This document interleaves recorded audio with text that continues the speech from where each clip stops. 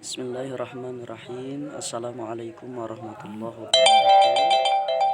Selamat pagi anak-anakku sekalian. Semoga senantiasa berada dalam lindungan dan rahmat Allah Subhanahu wa Ta'ala. Selamat datang di kegiatan KBM Belajar Mengajar PAI di pertemuan yang kedua. Kemarin kita sudah merangkum tentang materi Quran surah Al-Hujurat surah ke-49 ayat 10 dan 12. Untuk itu, dalam proses pembelajaran kali ini, mari kita sama-sama menyimak tentang pemaparan yang berkaitan dengan mujahadatun nafsi, atau nanti ada istilah tentang husnuzon, ukhuwah.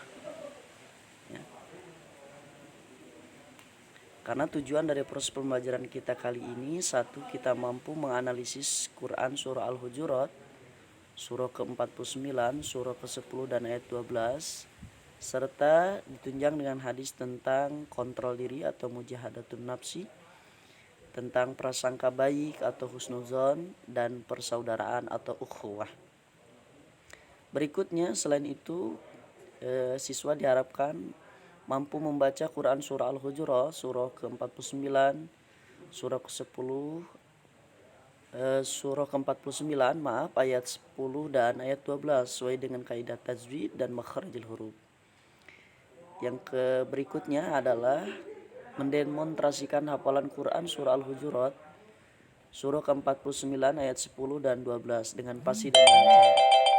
Yang terakhir adalah menyajikan keterkaitan antara kualitas keimanan dengan kontrol diri, mujahadah nafsi, prasangka baik, dan persaudaraan ukhuwah sesuai dengan pesan Quran surah Al-Hujurat ayat 10 dan 12 serta hadis yang berkaitan dengan materi ini. Nah, disinilah kita akan melihat tujuan pembelajaran. Tujuan pembelajaran ini setelah mengikuti proses pembelajaran peserta didik diharapkan dapat menganalisis, menjelaskan, membaca, menyajikan model jenis cara membaca indahnya dengan irama atau dengan model-model metode dalam membaca Al-Quran atau tilawah. Berikutnya mendemonstrasikan hafalan, kemudian meneliti secara lebih mendalam pemahaman dan pembentukan perilaku berdasarkan kandungan Quran surah Al-Hujurat ayat 10 dan 12.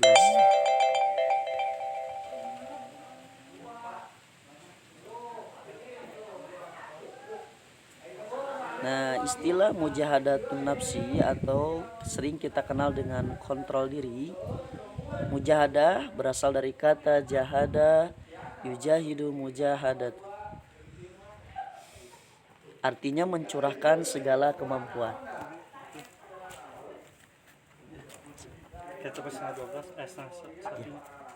Coba barengan. Nuhun kasipnya. Siap, nuhun kasip. Berikut kita akan memahami tentang jihad atau mujahadah. Ada istilah ijtihad. Mujahadah artinya kita bersungguh-sungguh, sedangkan ijtihad adalah mengerahkan seluruh kemampuan. Makna mujahadatu antaklifa as-sifatul mafrudatu al-ghalibatu al-khalafu mutadaha fata'mal yankidu mauzubiha. Mujahadah ialah menumbangkan sifat-sifat yang menguasai jiwa dengan diganti sifat yang berlawanan dengan sifat yang pertama, yaitu tercela, kemudian mengerjakan dengan kebalikan sifat yang telah ditumbangkan. Kenapa bisa demikian? Karena ada dalil nakli atau dalil Al-Quran yang mengatakan wa amma man khafa maqama rabbihi wa nahan nafsa 'anil hawa fa innal jannata hiyal ma'wa. Dan ada juga sebuah hadis yang mengatakan mandana nafsahu wa amila lima ba'dal maut, yang artinya adalah orang yang cerdas adalah yang bisa mengendalikan hawa nafsunya dan beramal untuk sudah kematiannya.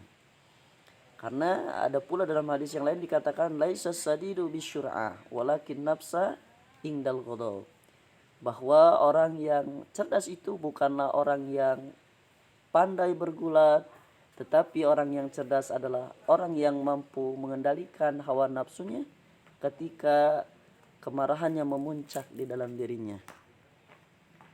Berikutnya, mari kita simak Quran surah Al-Hujurat, surah ke-49 ayat 12 tentang husnuzon. Apa itu husnuzon? Husnuzon adalah berprasangka baik. Nah, inilah dalil naklinya yang berbunyi a'udzubillahi minasyaitonirrajim. Bismillahirrahmanirrahim. Ya ayyuhalladzina amanu ijtanibu katsiran minadh-dhanni inna ba'dadh-dhanni ismu wa la tajassasu wa la yaghtab ba'dukum ba'dha ayyuhibbu ahadukum ayyakula lahma akhihi maitan fakarihtumu wattaqullaha innallaha tawwabur rahim. Terjemahannya, wahai orang-orang yang beriman, jauhilah kebanyakan berprasangka atau kecurigaan, karena sebagian dari berprasangka itu adalah dosa, dan janganlah mencari-cari keburukan orang, dan janganlah menggunjing satu sama lain. Adakah seorang di antara kamu yang suka memakan daging saudaranya yang sudah mati? Maka tentulah kamu merasa jijik kepadanya, dan bertawakallah kepada Allah, sesungguhnya Allah Maha Penerima taubat lagi Maha Penyayang. Quran surah Al-Hujurat ayat 12. Setelah kita melihat dari segi terjemah lafdiyah atau terjemah secara lafadznya, kemudian kita akan meninjau dari sisi tajwidnya. Mim mati bertemu dengan ba, maka cara membacanya harus dibunyikan samar-samar di bibir dan dibaca didengungkan.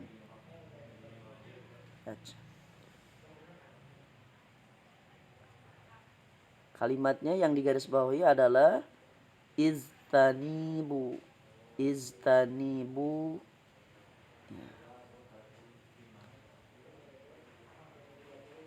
Kemudian ayyuhibbu. Nah, adapun hadis ana inda dhanni 'abdi bi wa ana ma'ahu idza dzakarani. Terjemah, aku sesuai prasangka hambaku kepadaku dan aku akan bersamanya selama ia mengingatku. Jadi dalam hadis ini perlu kita garis bawahi bahwa Allah itu tergantung zon atau sangkaan dari hambanya sendiri. Kalau dia berprasangka baik, maka Allah pun akan memberikan sesuatu yang baik. Tapi kalau dia berprasangka buruk terhadap Robnya, tetapi Robnya tetap akan memberikan yang terbaik untuk hambanya. Namun Allah akan selalu bersamanya selama ia selalu berzikir atau mengingat Allah subhanahu wa ta'ala. Berikutnya hadis iyyakum wadhanni fa inna dhanna aqdabul hadis. Jauhilah prasangka buruk, karena prasangka buruk adalah ucapan yang paling dusta.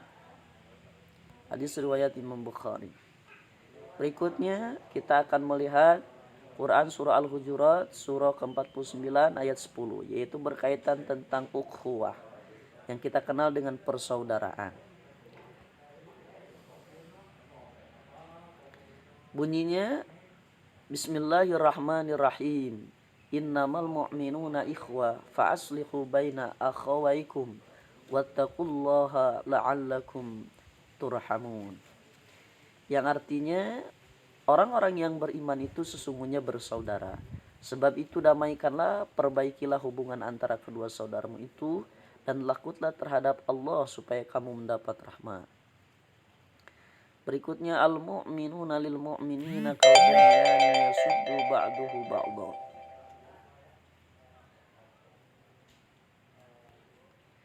Terjemahan, antara seorang mukmin dengan mukmin yang lainnya adalah bagaikan satu bangunan yang saling menguatkan satu sama lainnya. Maka orang mukmin itu akan saling merasakan dengan satu sama lainnya.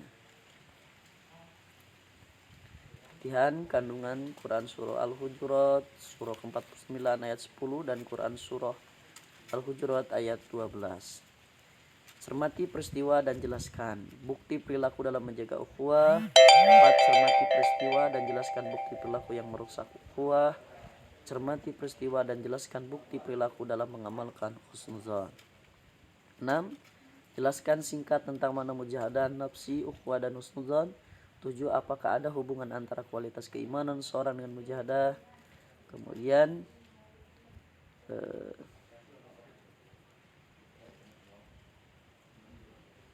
keimanan seorang mujahadah nafsi, ukhuwah dan husnuzan. Dan jelaskan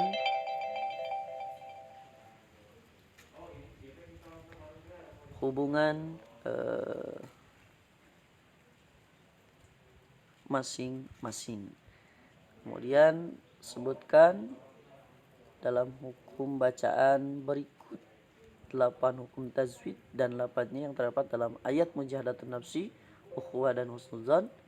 Kemudian B 2 hukum tajwid dan 8 yang terdapat ayat mujahadatun nafsi dan husnuzan. Dan C hukum tajwid yang hanya ada di ayat mujahadatun nafsi. Kemudian D 1 hukum tajwid yang hanya ada di ayat al-ukhuwah. Baik anak-anakku sekalian, itulah serangkaian penjelasan tentang kegiatan belajar mengajar di mata pelajaran pendidikan agama Islam yang berkaitan dengan menganalisis Quran surah Al-Hujurat surah ke-49 ayat 12 dan ayat 10. Demikian yang dapat Bapak sampaikan, kurang dan lebihnya mohon maaf yang sebesar-besarnya. Subhanakallahumma bihamdika asyhadu an la ilaha illa anta astaghfiruka wa atubu ilaik. Hadanallahu wa iyyakum ajmain wa la'afu minkum. Wassalamualaikum warahmatullahi wabarakatuh.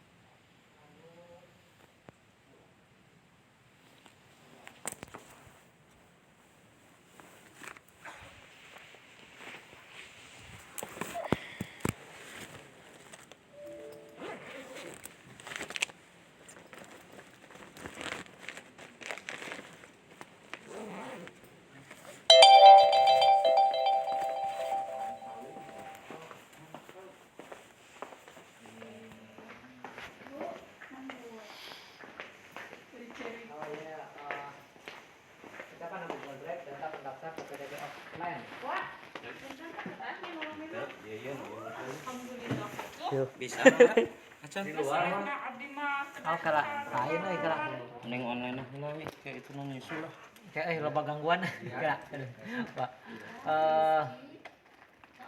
nya orang teu kenal gawe si dakep gawe proposal teh diunggo acan iya mah kana online kenal Iya, tetap biasa.